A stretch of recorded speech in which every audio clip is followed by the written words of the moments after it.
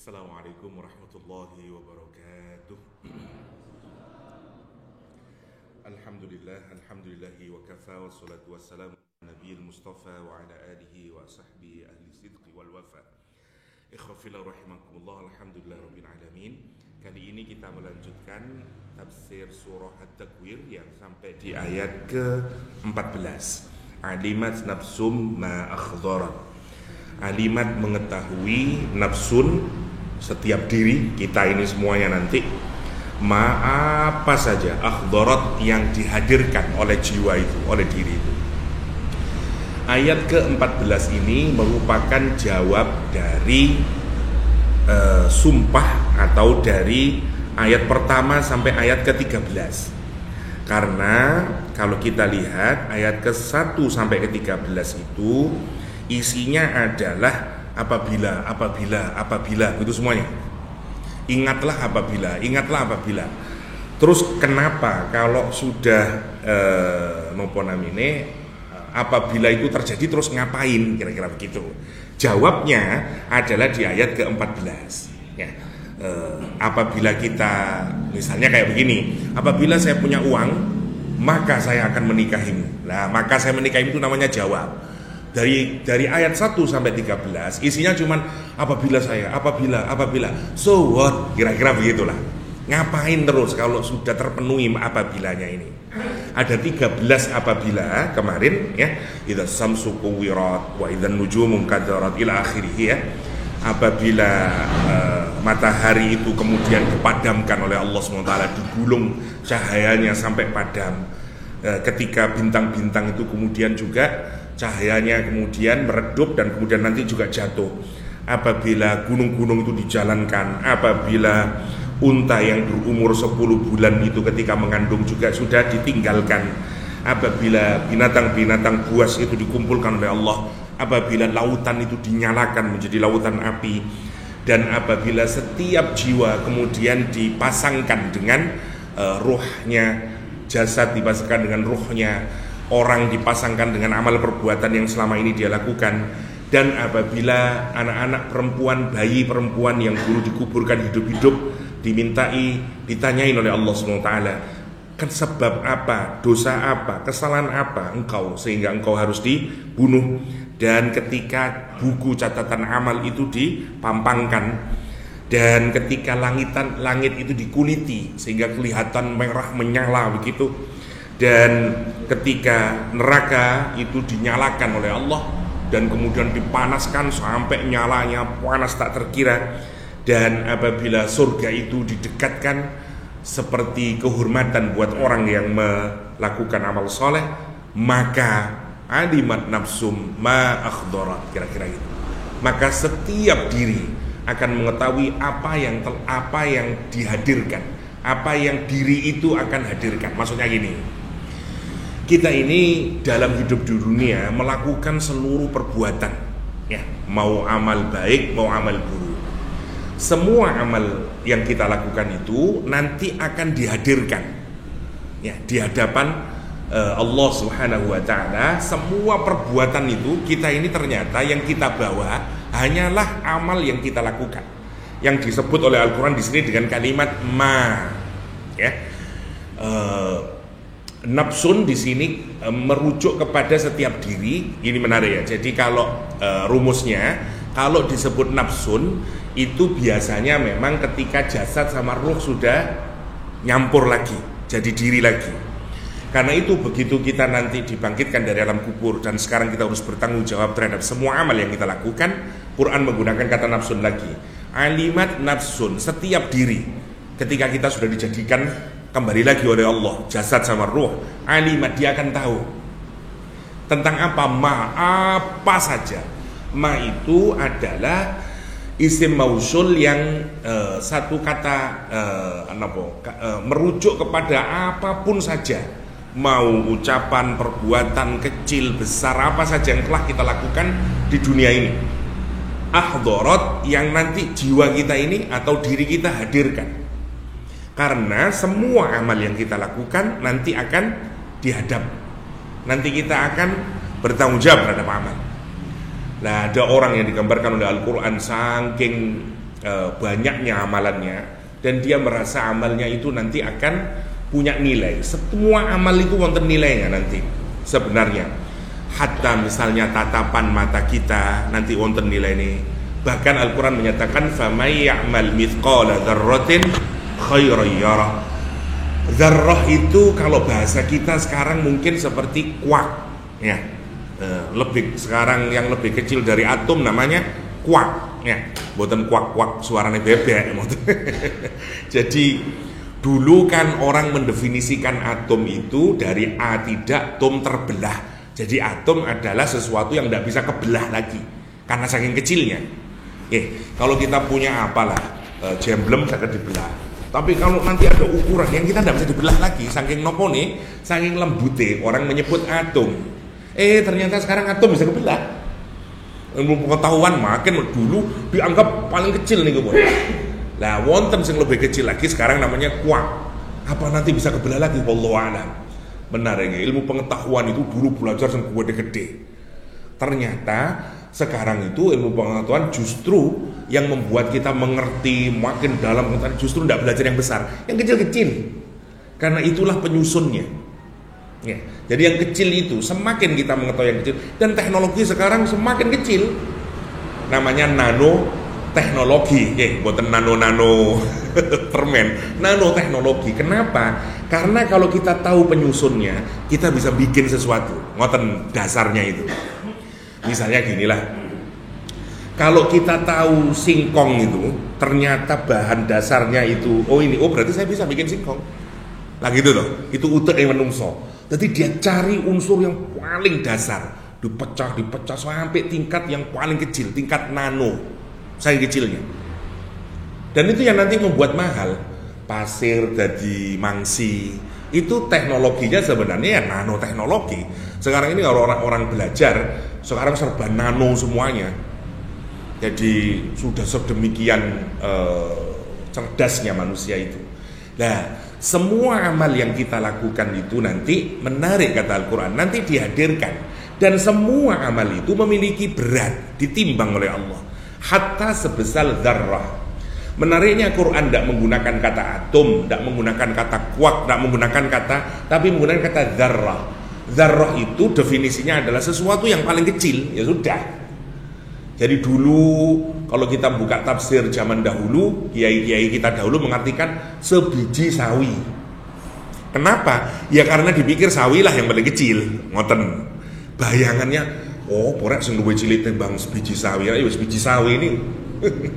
Nah, orang sekarang menafsiri sebesar atom. Jadi kan ningali yang modern-modern, tafsir yang modern sebesar atom. Ini habis ini sekarang dikoreksi lagi karena bukan atom yang paling kecil, sebesar kuak gitu nanti.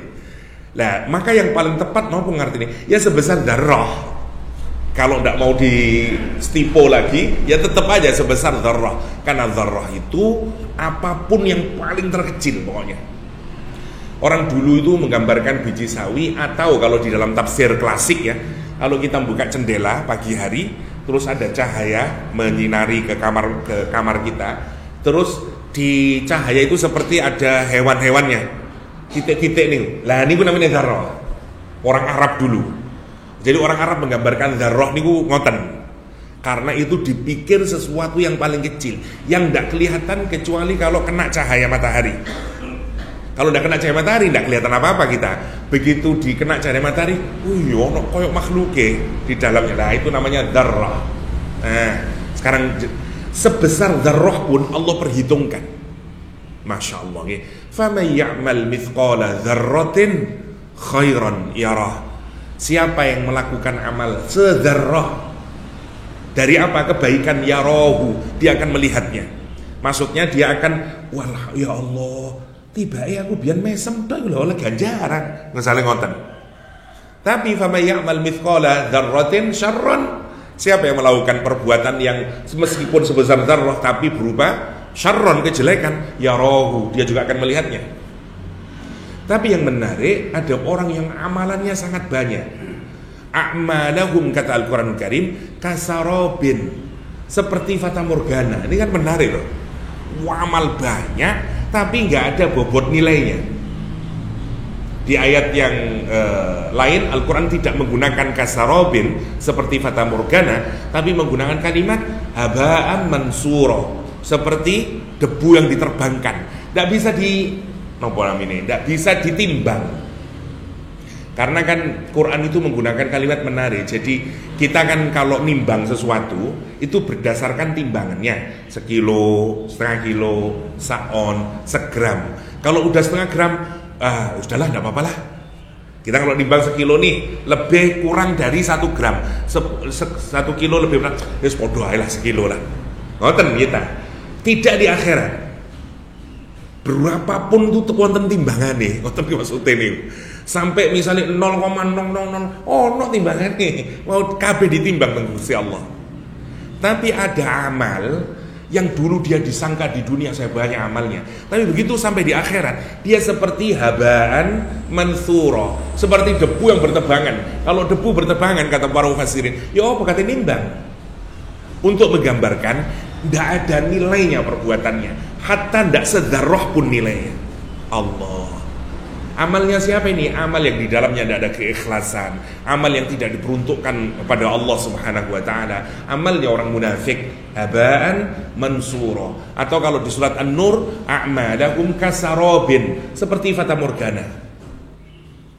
Yahsabudz dham'anu ma'a, orang yang amat sangat kehausan menyangka dia air.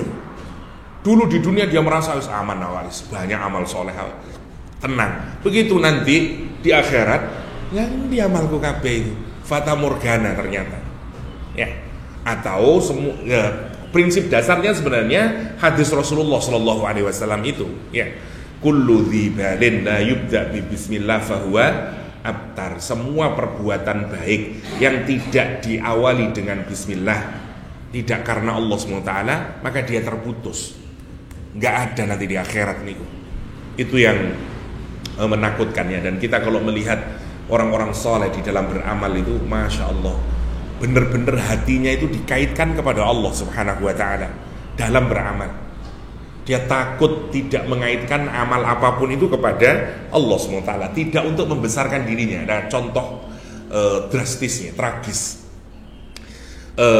Wonten kekasih Allah, waliullah, namanya Sirri As-Saqati. Saya baca di salah satu kitabnya Syekh Ramadan Buti, menarik sekali.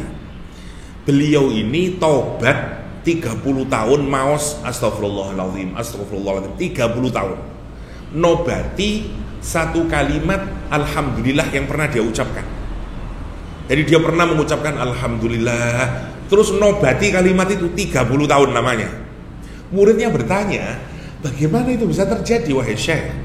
Engkau bertobat terhadap kalimat alhamdulillah selama 30 tahun. Kata dia, iya.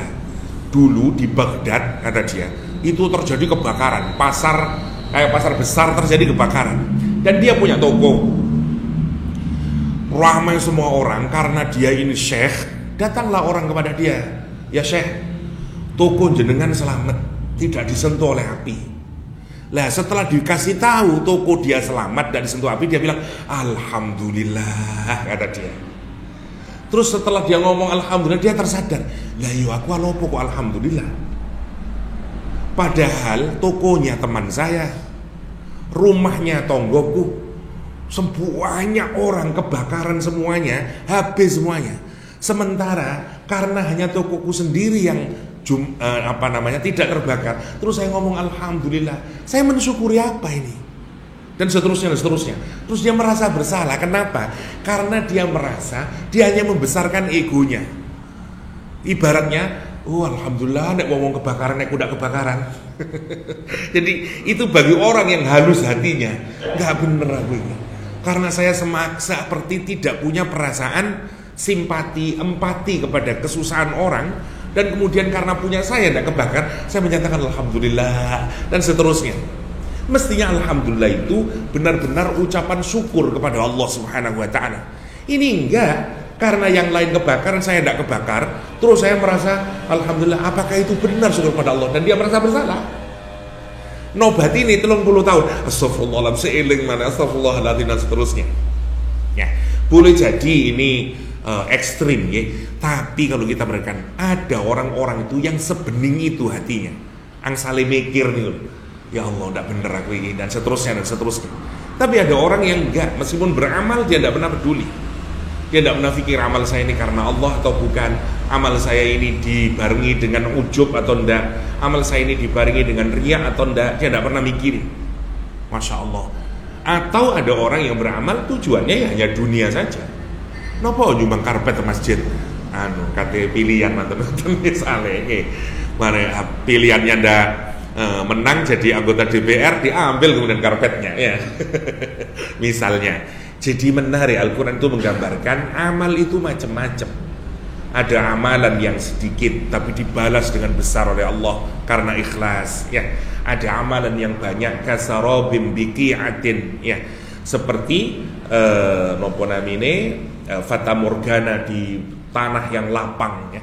Yahsabu dhama'anu ma'a, orang yang kehausan menyangka dia air, tetapi begitu dia sampai di tempatnya dia mendapatkan apapun saja, nggak ada sesuatu. Tiba-tiba dia dapati Allah Subhanahu wa ta'ala. Allah menggambarkan orang yang beramal tidak karena Allah Subhanahu wa ta'ala. Oke. Itu yang ma'ahdharat. Jadi ini yang kita takutkan. Nah nanti semua amal apapun yang kita lakukan dihadirkan oleh Allah. Nanti kita tahu semuanya, ya Allah, ternyata semua amal yang saya lakukan sekarang harus saya pertanggungjawabkan. Sekarang hadir ibaratnya di depan kita, dan saya harus mempertanggungjawabkan semua amal yang kita lakukan. Dan orang yang menyadari hal tersebut mesti ketakutan, seperti ketakutannya para pimpinan-pimpinan atau ketakutannya para bos-bos di kantor kalau BPK datang, KPK datang, hilang kabeh, anak buah itu yang bingung. Nyendi tidak tahu, anak buah suruh tanggung jawab. Ketakutannya karena semua kan diceki tentang BPK-nya. Ini kemana, bingung. Waduh, iya opo. Bayangin, itu urusan dunia. Bagaimana lagi kalau Allah mempertanyakan, Masya Allah, semua yang kita lakukan, inna sam'a ya wal absar ya wal basara wal fuada kullun ulaika kana anhu mas'ula, semuanya nanti dimintai tanggung jawab. Ya Allah, seorang sahabat Ansori, saya lupa namanya, Rasulullah SAW keluar di siang hari yang sangat panas, bertemu dengan Abu Bakar dan Umarul Khattab. Ditanyain keduanya, kenapa kamu siang bolong begini kok keluar rumah? Mestinya orang pada tidur, panas yang menyengat, kamu kok keluar, mau kemana? Ke masjid ya Rasulullah. Kenapa? Demi Allah, sebenarnya tidak ada yang menyebabkan saya keluar kecuali saya lapar ya Rasulullah. Kata Rasulullah, sama, saya juga keluar ini karena saya kelaparan, kata Rasulullah. Ayo kita pergi kepada salah seorang sahabat Nabi dari kalangan Ansor, orang Madinah. Sana tidak ada suaminya, yang ada cuma istrinya. Ditanyain sama Rasulullah, kemana suamimu? Sebentar ya Rasulullah, dia sedang mengambil air karena persediaan air kami habis. Sebentar dia akan datang. Begitu tidak lama datanglah dia. Ahlan wa marhaban, selamat datang ya Rasulullah. Alhamdulillah, sungguh saya tidak pernah memiliki hari yang lebih beruntung daripada hari ini. Saya kedatangan orang yang paling termulia, engkau ya Rasulullah. Senang deh nih. Naik kurma, 3 model kurma dia ambil semuanya. Kalau dalam hadis, busrun, rutobun, wa tamar. 3-tiganya. Kurma yang sudah matang namanya tamarun ya.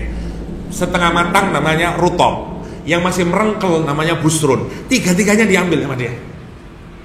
Nopo suwenenge ketamuan Rasulullah SAW. Waduh, diambil semuanya, monggo jenengan sing kersa sing pundi pun, dan seterusnya. Rutob, tamar sama busr. Yang menarik, tidak cukup itu, dia bilang sama istrinya, ada kambing masih, ada ya. Nah, kamu bikin rotinya, saya nyembelih kambing. Disembelih kambing, semuanya dimakan. Setelah makan, Rasulullah itu nangis di pelupuknya itu, dan kemudian menyatakan, sungguh, kata dia, tamr, rutob, busrun, daging yang kita makan, semuanya nanti akan kita pertanggungjawabkan di hadapan Allah SWT. Turun ayat Al-Quran, thumma latus'aluna yawma idzin 'anil na'im. Sungguh semua nikmat itu akan dipertanggungjawabkan oleh nanti kelak di yaumul kiamah. Latus alunna, pasti kamu akan dimintai pertanggungjawaban anin naim, dari semua nikmat yang Allah berikan kepadamu. Ya. Hatta kata Rasulullah maun barid. Memang terjadi perbedaan di kalangan para ulama ya. Kenapa kok air yang dingin itu? Iya, karena air normalnya tidak dingin. Jadi nikmat yang melebihi batas dasar kemanusiaan itu semuanya akan dipertanggungjawabkan. Tapi kalau misalnya memang itu kebutuhan dasar agar kita ini survive, itu tidak ditanyakan. Tapi kalau sekarang mungkin kebutuhan sekunder lah, sekunder tersier, mungkin baju satu tidak ditanyain. Tapi kalau lebih dari satu lah itu ditanyain, karena sudah naik dan seterusnya. Makan mungkin kalau nasi sama tempe tidak ditanyain, tapi lek wonten macam-macam nah itu ditanyain namanya naim. Tsumma latus'alunna yauma idzin anin naim. Nah, nanti semua jiwa itu akan mengetahui apa saja yang akan dia hadirkan di hadapan Allah untuk dia bertanggung jawab. Fala uqsimu bil khunnas. Kenapa jawabnya alimat nafsum ma akhdarat? Karena kalau orang menyadari bahwa semua amal kita itu nanti akan dipertanggungjawabkan di hadapan Allah, mesti dia akan hati-hati. Mesti dia akan hati-hati. Sama seperti orang yang sudah pernah didatangi BPK atau pernah didatangi KPK, ketakutan dia. Dan insya Allah pekerjaan berikutnya bagus dia, tidak berani sama sekali. Saya punya pimpinan gara-gara pernah datang KPK ya. Habis itu ini pasti tidak bener ya. Semua apapun takut sudah. Ini karena stres pernah didatangi KPK itu, dan itu traumatik buat dia. Habis itu hati-hati bener. Ini bener ya. Maunya begitu. Quran menyatakan alimat nafsu ma'akhdarat itu agar kamu hati-hati berbuat amal itu. Kalau kamu ingat ya, ada hari di mana nanti semua perbuatan itu hadir di depanmu dan kamu bertanggungjawabkan satu-satu itu. Jangan enak-enakan kamu, tunggu ya. Idza syamsu kuwirat wa idzan nujumu kadarat. Tunggu. Ingat itu. Kalau matahari sudah saya gulung cahayanya ya, nanti semua amalmu ada di depanmu. Kira-kira begitulah gambarannya. Fala uqsimu bil khunnas, maka sungguh aku bersumpah kata Allah bil khunnas. Khunnas adalah dirujukkan kepada bintang yang on off, yang bersinar hilang sinarnya, bersinar hilang sinarnya. Khunnas setan. Jadi kalau khunnas itu bintang yang twinkling star, twinkle little star gitu. Jadi kadang on terus off, kelihatan dari atas itu kelihatan bersinar, mati lagi. Namanya khunnas. Kalau khonnas itu setan. Min syarril waswasil khonnas. Kalau khonnas, kenapa setan kok digambarkan juga dengan makhluk yang on off? Muncul begini terus hilang lagi, muncul begini hilang lagi. Karena itulah sifatnya setan yang menggoda kita, membisiki kita. Ini jadi kayak si Udin ini, alladzi yuwaswisu fi sudurin nas ya. Yuwaswis itu karena dia memberikan was-was ke dalam hati. Ini setiap waktu, karena itu kalimatnya menggunakan kalimat yuwaswis, pakai fi'il mudhari, karena dia tidak pernah berhenti, bisikin terus. Ayo JPN, ayo JPN, ayo JPN. Kita ini ada lemah, kita ini kalau diiklani begitu. Iklan itu dari bahasa Arab, iklan. Cuman kan susah kita ngomong. Ada iklan, ada iklan gitu. Wong Jawa enak itu iklan. Iklan itu adalah pengumuman, pemberitahuan yang kalau terus menerus kita akan akhirnya ikut membeli. Itu teori marketing paling dasar. Ya. Dari siapa yang begitu itu? Dari setan. Itu teorinya setan menggoda kita dan ditiru oleh para marketing. Ya bukan salah, tapi setan itu begitu menggoda kita. Alladzi yuwaswisu fi sudurin nas. Dia terus bisikin terus, ayo GPN, ayo GPN, ayo GPN. Jenengan boten kepingin tumbas nopo-nopo. Ibu-ibu terutama, dulinan HP, Shopee, tontoki gelok terus gelok scroll lu suwe-suwe pesen nih terus. Awalnya boten kepingin tumbas, cuman nontok maneh, iya koyoke murah iki ya. Tambahi diskon, wes tambah tumbas pun. Napa kula apal, istri kula ngoten. Masyaallah. Mergane lek nyekel HP bahaya iki. Suwe titik langsung paket. Zaman sakniki masyaallah. Nah, kenapa setan disebut khannas? Karena setan itu selalu masuk ke dalam sudur kita, dada kita untuk bisikin. Tapi setan itu lemah. Begitu kita mengingat Allah, setan itu takut, mundur mana, hilang mana. Tapi lalai lagi, masuk lagi dia. JPN mana? Astagfirullahaladzim, mundur lagi dia. Karena itu dalam hadis, kalau kita mengingat Allah, khonasa. Setan itu ngeten, hilang mana. Tapi begitu kita lalai, masuk mana. Dan seterusnya. Karena itu sifatnya setan digambarkan persis seperti twinkling star ini ingkang on off. Tapi on off sampai yaumul qiyamah bedanya. Sabar ngenteni niku. Tak enteni kon. Saiki kon eling pangeran ya sik mari ngene 5 menit maneh lali kon. Mlebu maneh. Ayo GPN. Astagfirullahaladzim, takut ya. Setiap kita ngomong auzubillahi minasyaitonirrajim, kalimat thayyibah, setan langsung mundur. Saking lemahnya setan. Quran sendiri yang menyatakan inna kaidasyaiton kana dha'ifa. Godaan setan itu sebenarnya lemah. Tapi lek terus menerus, seperti iklan tadi niku. Pepsodent. Nanti kita masuk Indomaret, kita beli Pepsodent. Ngoten, karena terus mawon. Dan itu yang ditiru. Sama juga dakwah, meskipun orang itu tidak menerima, terus mawon. Nanti suatu saat wonten sing mlebeteng utek niku. Suatu saat terus mikir, iya ya, tak pikir-pikir bener pisan. Padahal waktu dia mendengarkan tidak tertarik dia. Sama prinsip-prinsip iklan tadi nih. Nah, Allah Subhanahu wa taala sekarang bersumpah mulai dari fala uqsimu bil khunnas. Bintang dulu ini ya, ini tafsir zaman dahulu. Semua kitab tafsir mengartikan bintang yang timbul tenggelam nih itu. Al-jawar al-kunnas, yang beredar dari kata jaro yajri, berjalan. Kunnas yang tadi, kanis itu kalau ya berjalan hilang. Ya seperti kalau jalan berkelok-kelok ngeten. Nah kalau masih kita di belakangnya, waktu mboten berkelok kita masih ngelihat, begitu berkelok kita tidak ngelihat. Terus ngeten lagi, berkelok lagi, namanya kunnas. Nah, tafsir modern sudah tidak dirujukkan lagi kepada bintang, dirujukkan kepada partikel Higgs boson. Wonten channel menarik, saya lupa namanya, Science nopo lah teng YouTube supe kula, yang mencoba melihat apakah yang dimaksud dengan al-khunnas, al-jawaril kunnas itu partikel Higgs boson menurut ilmu fisika modern sekarang. Wallahu a'lam. Jadi ada peraih Nobel di Inggris sana yang menemukan partikel namanya diambil dari nama dia, namanya partikel Higgs boson.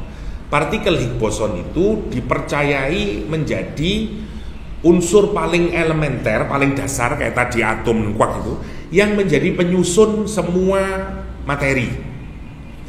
Kalau ngomong kasar katakanlah, ngomong ini kasaran, misalnya tutup ini susunannya misalnya adalah 100 elektron katakanlah. Sing 100 elektron modelnya ini.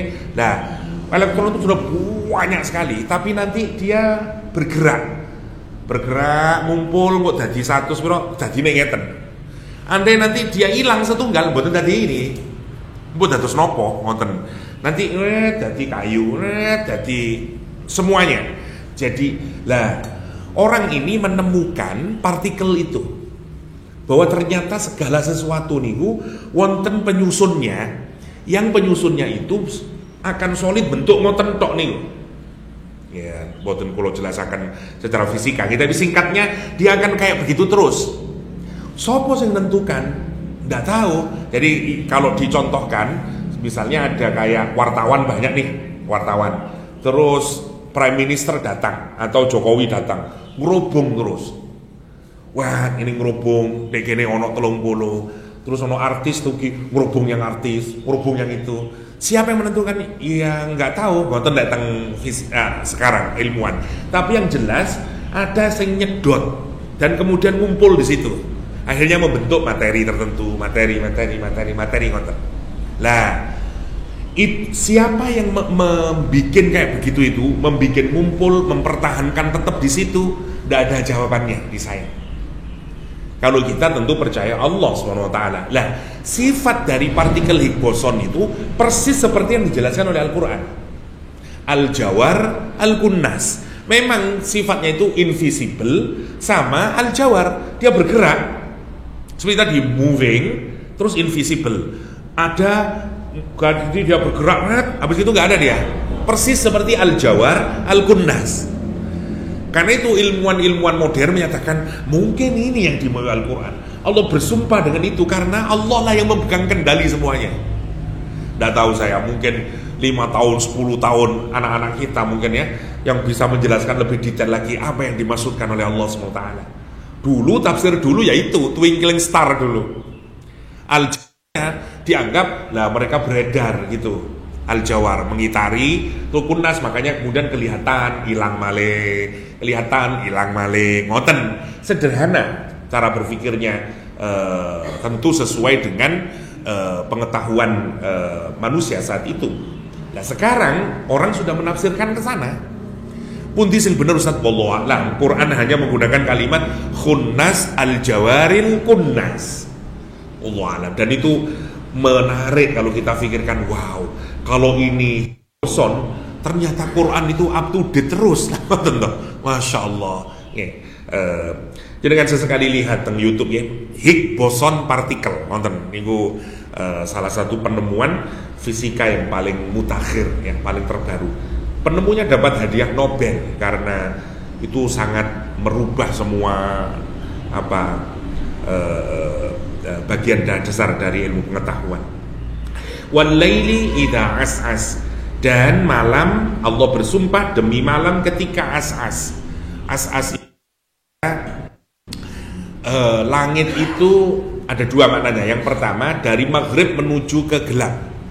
Jadi warnanya langit itu kalau kita perhatikan mulai dari merah tembaga itu nanti dia akan menjadi gelap gulita. Sebelum ke hitam kelam itu warnanya biru. Nah,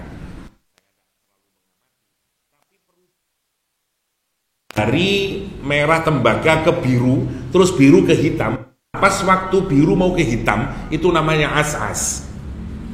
Terjadi kapan ya? Antara maghrib menuju isya yang pertama, atau yang kedua ketika malam yang gelap itu mau menjadi siang, mau menjadi pagi.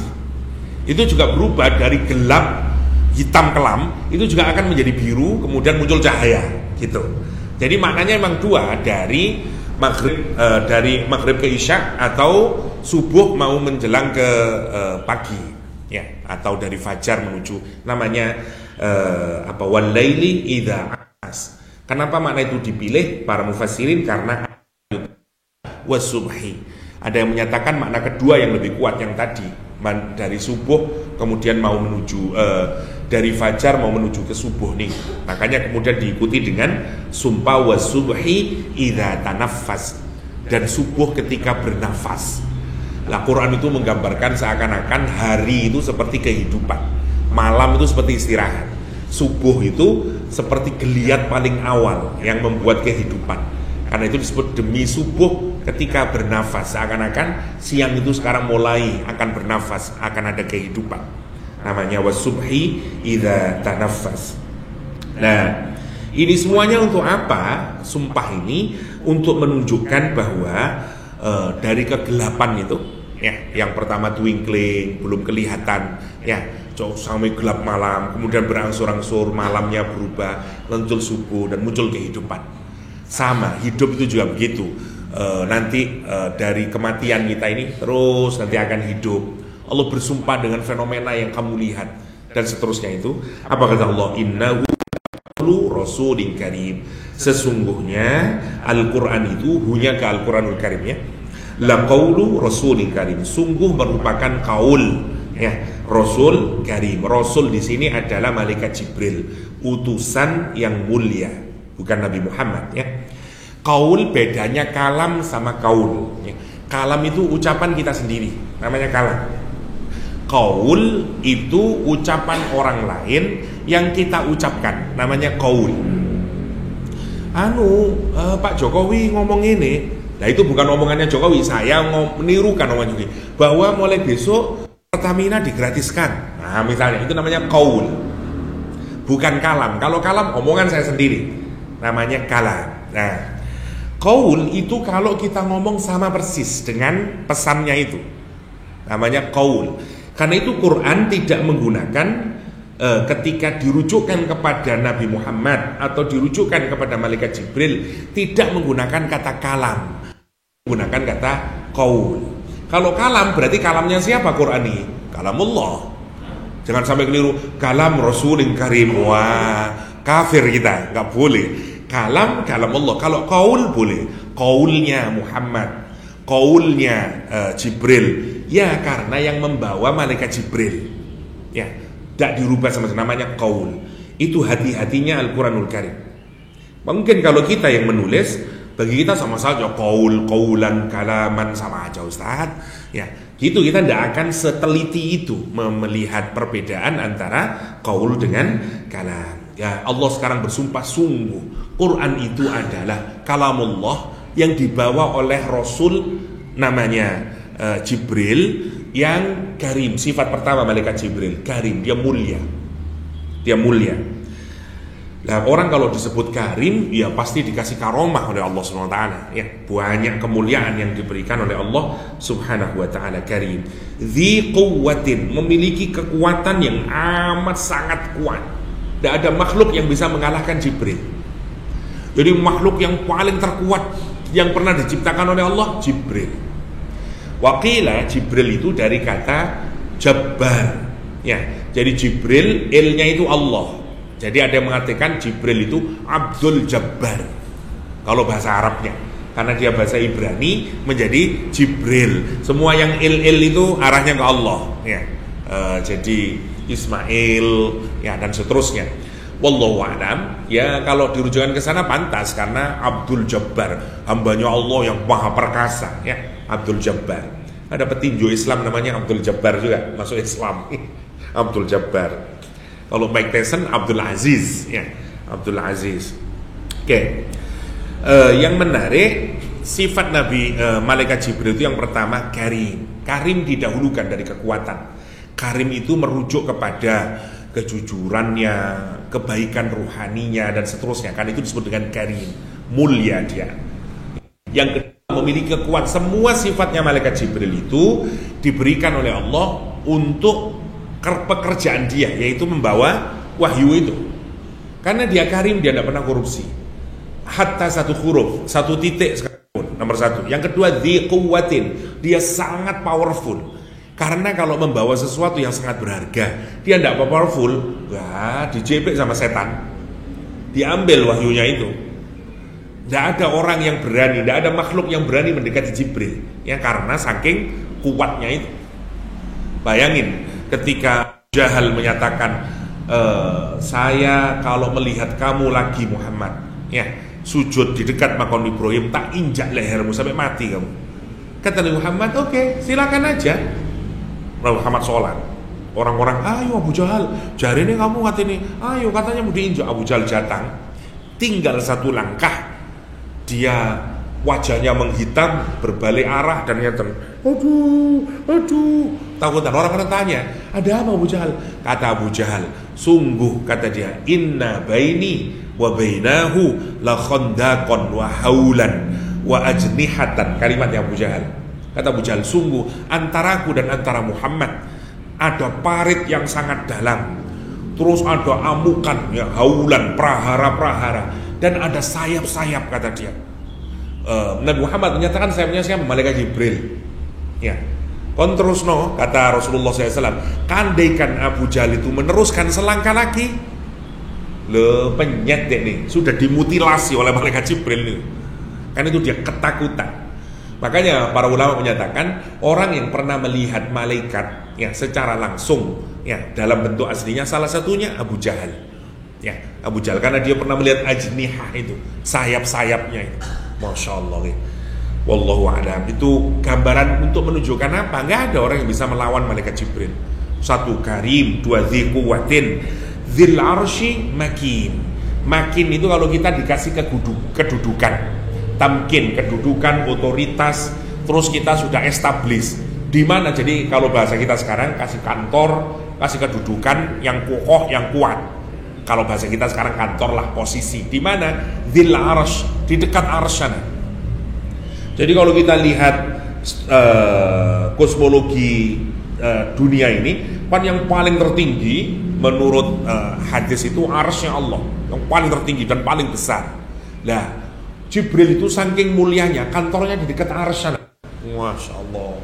Bukan, kan orang begitu, lantai berapa kerjanya? Wah, senang dia. Jibril dekat arsy. Indadzil arsy makin, arsy makin. Itu kalimat yang digambarkan oleh Al-Quran untuk menunjukkan sifatnya. Apalagi sifatnya malaikat Jibril muta'in, ditaati, ya, ditaati. Semua malaikat taat. Siap 86 semuanya. Ya. Ya, jadi tapi tidak kayak Sambo ya, boten. Muta'in, dia ditaati. Sama amin. Dan lebih dari itu semuanya apa dia? Amin. Ya, dia amat sangat terpercaya karena tidak pernah korupsi, tidak mengurangi, tidak pernah mendamai, namanya amin. Itu semuanya adalah sifat malaikat Jibril untuk menggambarkan bagaimana Allah memilih orang untuk bagian delivery ini. Nah, kita kalau punya bisnis delivery, cari orang yang punya karakter kayak begini nih. Ya, Masya Allah. Semua orang yang dipercaya itu kayak begini nih. Ini orang yang baik ya, sama seperti Nabi Musa alaihissalam ya. Inna man istajartal qawiyul amin. Salah satu bahasa sekarang itu sebenarnya menarik ya. Orang itu kalau dipilih zaman sekarang itu biasanya ditentukan dari dua hal. Dia punya istilahnya apa itu skill, sama punya soft skill sama hard skill kan gitu. Kalau hard skill itu bisa dipelajari, semua orang bisa mempelajari asal dia di training dia bisa. Soft skill itu berkenaan dengan kejujurannya dan segala macamnya yang biasanya itu menjadi karakter individu. Ketika anaknya Nabi Syuaib berkata kepada ayahnya, ya ayah, saya berjumpa dengan orang begini-begini, kayaknya ayah kan sudah sepuh, sementara pekerjaan kebun ini banyak. Lah, kayaknya orang yang paling tepat untuk kita hire, kita sewa agar menjadi nanganin urusan kebun itu, kita jadikan manajernya dia, adalah dia. Kenapa? Karena dia memiliki dua sifat, al-qawi, al-amin. Dalam bahasa manajemen modern, pintere nopo namine anaknya Nabi Syuaib itu memilih dua kualitas itu. Orang yang punya hard skill sama soft skill. Hard skillnya qawi, soft skillnya amin. Amin. Kita kecelek kalau orang itu yang paling mahal itu adalah soft skillnya ini. Karena hard skill itu bisa kadang ada misalnya interview yang pinter interview itu, dia ngeliat potensinya, karena ini jujur, ini gini. Tapi dia tidak bisa komputer, tidak apa-apa, saya terima aja. Komputer mah gampang, tak kursus rongulan iso deh. Misalnya prasyarat di situ, ngerti Excel, ngerti, dia tidak tahu apa-apa. Anak pesantren lugu, cuman hafal Quran. Bayangin, saya punya teman alumni Azhar hafal Quran. Sekarang dulu manajer atau apa di Ericsson, ketemu saya. Kok iso sampe yang Ericsson ilmu tuh kondi, tak mikir itu. Wong dene bondo bahasa Arab dengan hafal Quran, anak Palembang, nggak tahu apa-apa. Oh, komputer apanya dia, nggak tahu apa-apa dia. Masya Allah, kok iso saya tadi nggak tahu waktu wawancara mungkin tertarik dengan soft skillnya dan seterusnya, diterima. Akhirnya dikursusin, tinggi nih sekarang. Piro gajine sampean? Oh, alhamdulillah Ustaz. Kurang ajar tapi saya ketemu. Masya Allah. Gila kalau kita pikirkan itu. Kenapa begitu itu? Karena waktu di interview mungkin yang dinilai adalah soft skill-nya. Ngoten maksudnya. Quran itu menarik. Hatta dalam urusan manajemen, Quran ngasih tahu al-qawi al-amin. Soft skill, hard skill. Sekarang malaikat Jibril, dua-duanya ada. Kalau kita perhatikan. Dan itu yang kita ini harus building anak-anak kita itu. Yang laku di pasaran itu bukan hanya yang bisa hard skill, tapi yang punya soft skill itu yang dicari oleh orang. Kalau kita lihat, nah lihat kalau lihat malaikat Jibril, lihat karim soft skill, gitu, dzi quwwatin hard skill, ya, dan seterusnya. Kalau kita lihat mutoin sama amin, muto hard skill dan seterusnya, amin dan seterusnya, dia soft skill dan seterusnya. Wa ma sahibukum bimajnun.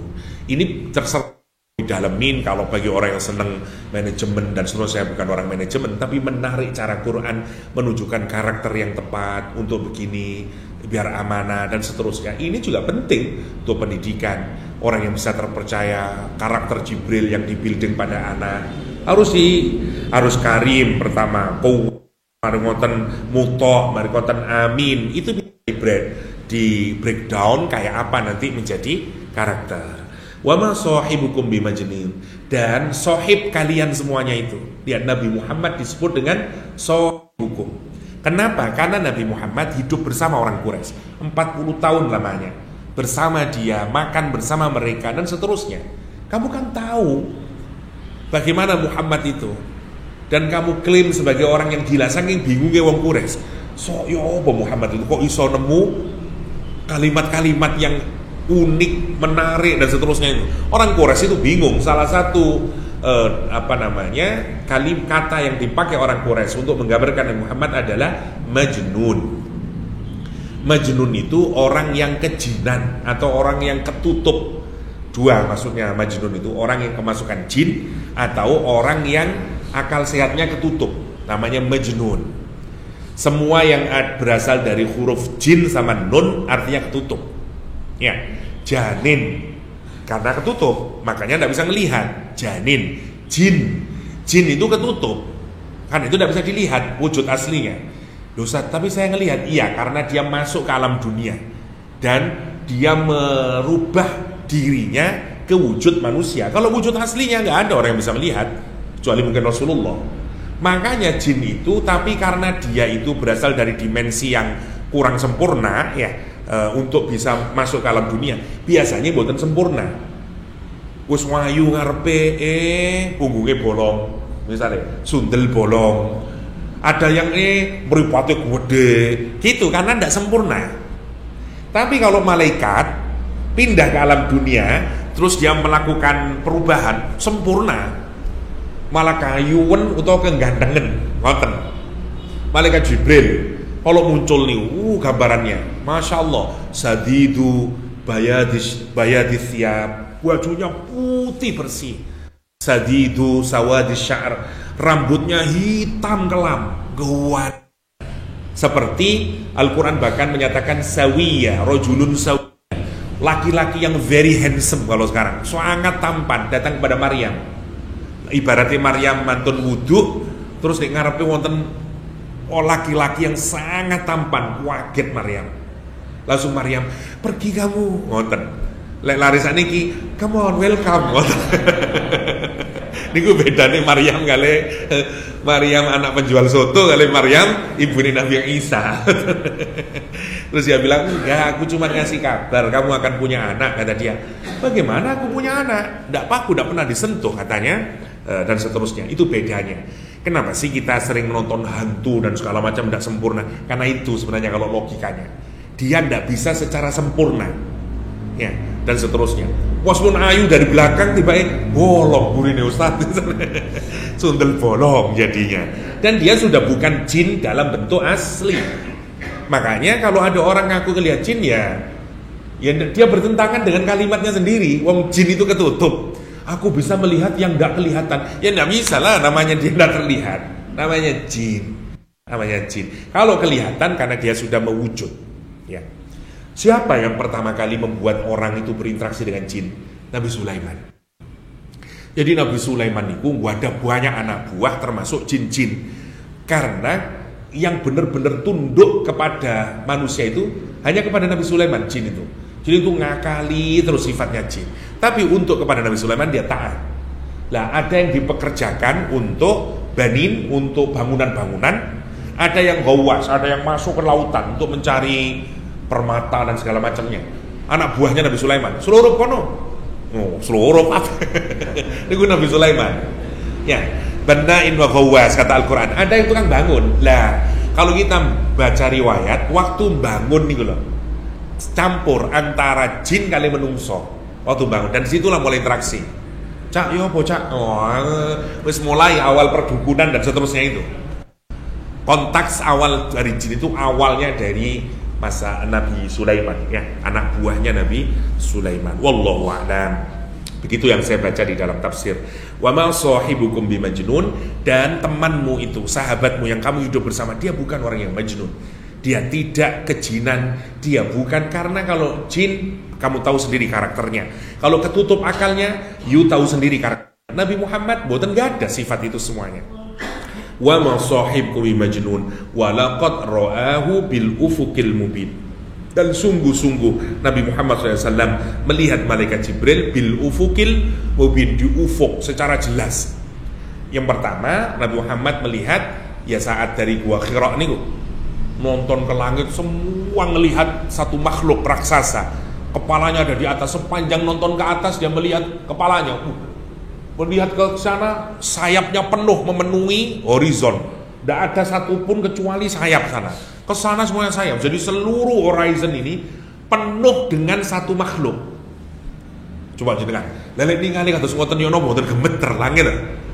Oh, kita ningali Mike Tyson tenan yo niki Jibril. Besar Jibril, wujud aslinya. Lah Nabi Muhammad itu melihat asli malaikat Jibril. Para sahabat boten-boten sing ningali asli, ningali ini sampun berupa manusia bentuknya. Malaikat Jibril itu kalau menjadi manusia, wajah yang dipilih adalah sahabat Nabi namanya Dihyah Al-Kalbi. Karena wong yang ganteng selalu itu. Jadi pokoknya iki Dihyah temenan malaikat Jibril biasanya itu. Ya. Atau yang pernah ya satu yang hadis Jibril itu dalam bentuk badui, tapi Nabi Muhammad melihat langsung dua kali. Satu peristiwa pertama kali wahyu, yang kedua nanti kalau Mi'raj, ya ketika di Sidratul Muntaha, lah dia juga melihat malaikat Jibril dalam wujud yang asli, Oke. Jadi benar-benar memang Nabi Muhammad itu bertemu malaikat Jibril, melihat malaikat Jibril, maunya ini kalamullah dibawa oleh malaikat Jibril diberikan kepada Nabi Muhammad sallallahu alaihi wasallam. Wa ma huwa 'alal ghaibi bidhanin.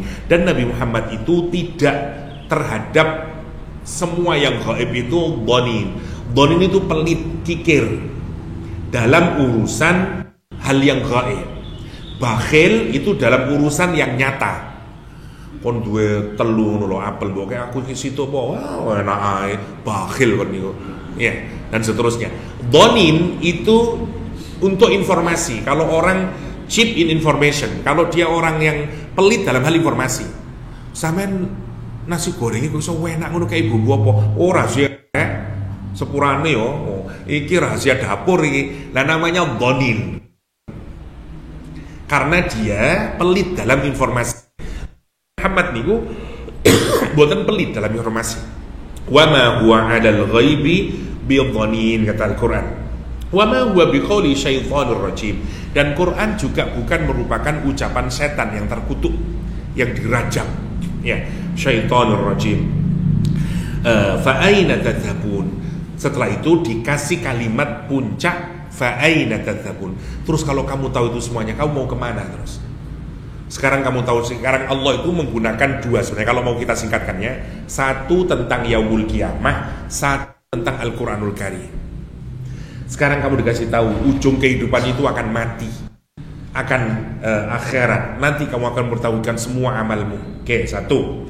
Yang kedua, sekarang saya kasih tahu Quran yang kamu sangka dia syair, yang kamu sangka dia adalah ucapan dari orang yang majnun.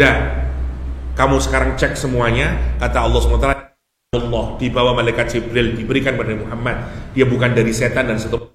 Setelah kamu tahu realitas ini, setelah mengerti Al-Quran, mengerti bahwa hidup itu akan berakhir di yaumul akhir, dan kita bertanggung jawab, fa'aina tadhabun, terus you mau kemana?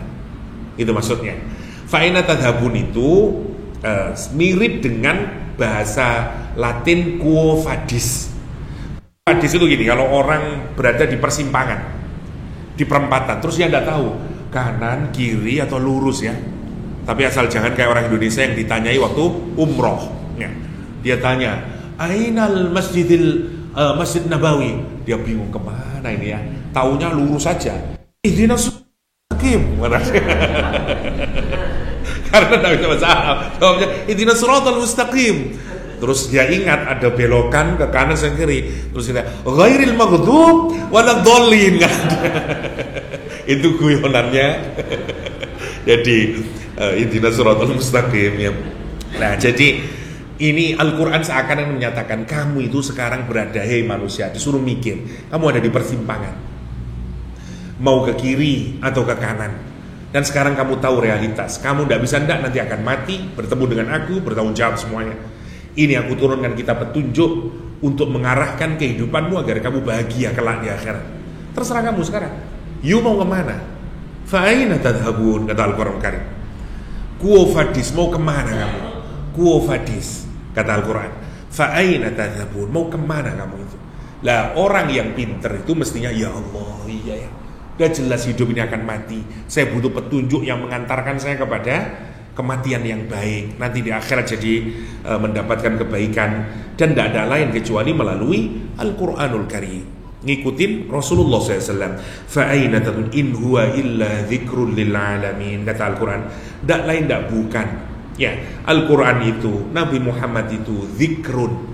Dia peringat. Ya, dia yang akan mengantarkan kamu menuju jalan yang lurus. Lil alamin. Alamin di sini dirujukkan kepada dua dunia. Satu dunianya manusia, kedua dunianya jin. Karena Quran itu juga diturunkan untuk manusia dan jin. Ya. Sayangnya kita nggak tahu ya nopo pengajian jin dan seterusnya. Ya. Tapi jangan sampai kayak si seorang yang bilang, Singapura pernah ada pesantren jin kan ada. Wallah malah tadi guyonan sekarang ya. Masya Allah. Oke. Jadi Quran menyatakan tidak lain tidak bukan, ini memang peringatan saja. Terserah kamu mau ikutin atau mau tidak kamu ikutin. Nabi Muhammad, Al-Quran, in huwa illa dzikrun lil alamin. Liman syaa minkum may yastaqim. Buat siapa yang menghendaki untuk berjalan yang lurus, kata Allah SWT. Sekarang kamu pilih. Kalau kamu mau lurus, ya, mau sampai ke akhirat dengan baik, hidupmu bahagia dunia dan akhirat, sekarang kamu pilih. Seakan-akan orang itu diletakkan di persimpangan terus suruh milih. Itu jalan yang lurus, kebahagiaan, bukunya namanya Quran, nanti ke sana. Terserah, fa'aina tadhabun. Atau kamu ke kiri, di sana neraka tempatnya, di sana tempatnya kesengsaraan dan seterusnya. Fa'aina tadhabun, kata Al-Quran. Liman syaa minkum ayyastaqim wa ma tasyauna illa yasha Allah rabbul alamin. Dan bagi siapa yang menghendaki, tidak lain tidak bukan kecuali Allah juga menghendaki. Ini ada kekamian prinsipnya ya. Jadi kalau kita ini ingin mendapatkan hidayah, kepingin jalan yang lurus, harus ada usaha, nanti Allah juga akan membimbing. Boten sakit, saya memang tidak dapat hidayah. Lah iya kok tidak taunya masjid. Bagaimana kamu bisa mendapatkan petunjuk yang baik kalau kamu tidak ada usaha? Karena itu prinsipnya kata Allah SWT, wa ma tasyauna, mereka itu berkehendak ya, mereka menginginkan sesuatu, tidak menginginkan sesuatu illa ayyasha Allah, kecuali Allah menghendakinya juga. Ini yang disebut dengan proses kekamian ya. Jadi kalau kita meniti jalan kebaikan, Allah akan bukakan peluang-peluang menuju kebaikan, kemudahannya dan seterusnya dan seterusnya. Karena Allah adalah Rabbul Alamin, Rabbul Alamin. Singkat, surat At-Takwir hanya mengingatkan dua hal. Satu, pentingnya kesadaran tentang yaumul kiamah. Yang kedua, tentang Al-Quranul Karim, agar itu menjadi bekal kita untuk menuju ke jalan yang lurus sampai kemudian kita bahagia fid dunya wal akhirah. Dengan Core-nya kalau mau disingkat, sebagian mufassir menyatakan apa kalimat yang menjadi inti dari surah At-Takwir, fa aina tadhhabun. Nanti kalau bikin lah ya otenya ngendi urip kok koyo ngene iki. Urip kok nuruti nafsuku dhewe dan seterusnya, Masya Allah ya. Itu yang akan membuat kita ketakutan. Terakhir saya ingin mengakhiri dengan lihat fa aina tadhhabun ini. Salah seorang kekasih Allah namanya Fudail bin Iyad. Fudail bin Iyad itu dulu pencuri, tapi kemudian tobat karena sehabis nyuri, ya mungkin menjelang subuh dia mendengar dari Masjid Al-Falah ya. Misalnya alam ya'ni lilladzina amanu an takhsha'a qulubuhum li dzikrillah wa ma nazala minal haq. Tidakkah datang waktunya buat orang yang mengaku beriman kepada Allah untuk hatinya khusyuk tunduk patuh kepada Allah Subhanahu wa taala dan kepada Al-Qur'an yang Allah turunkan. Itu masuk ke dalam hatinya. Terus dipikir-pikir lah iya rek, awak kok maksiat terus. Terus ndak tutup tak waktunya untuk tobat. Jadi ada dua kisah yang sama-sama tobatnya ini gara-gara ayat ini. Alam ya'ni lillazi. Satu namanya Fudail bin Iyad, yang satu namanya Malik bin Dinar. Dua-duanya ini tobatnya karena ayat ini. Alam ya'ni lilladzina amanu. Tobat yang baik. Tobat dari soleh sampai jadi ulama besar dan terkenal sebagai waliullah. Namanya Fudail bin Iyad. Jadi kan kalau mau sebanyak buku pasti ketemu dengan kisah Fudail bin Iyad. Waktu di Arafah, beliau ini haji. Di Arafah, waktu wukuf semua orang berdoa kepada Allah. Beliau tidak berdoa. Dia tempelkan tangan kanannya di pipinya. Saya baca di Al-Hikam Al-Ata'iyah dari Syekh Ramadan Buti, ditempelkan ngeten, jadi tangan kanannya di pipinya sambil kemudian merunduk ngeten terus, untuk ngeten sambil nangis terus sampai selesai ritual wukuf.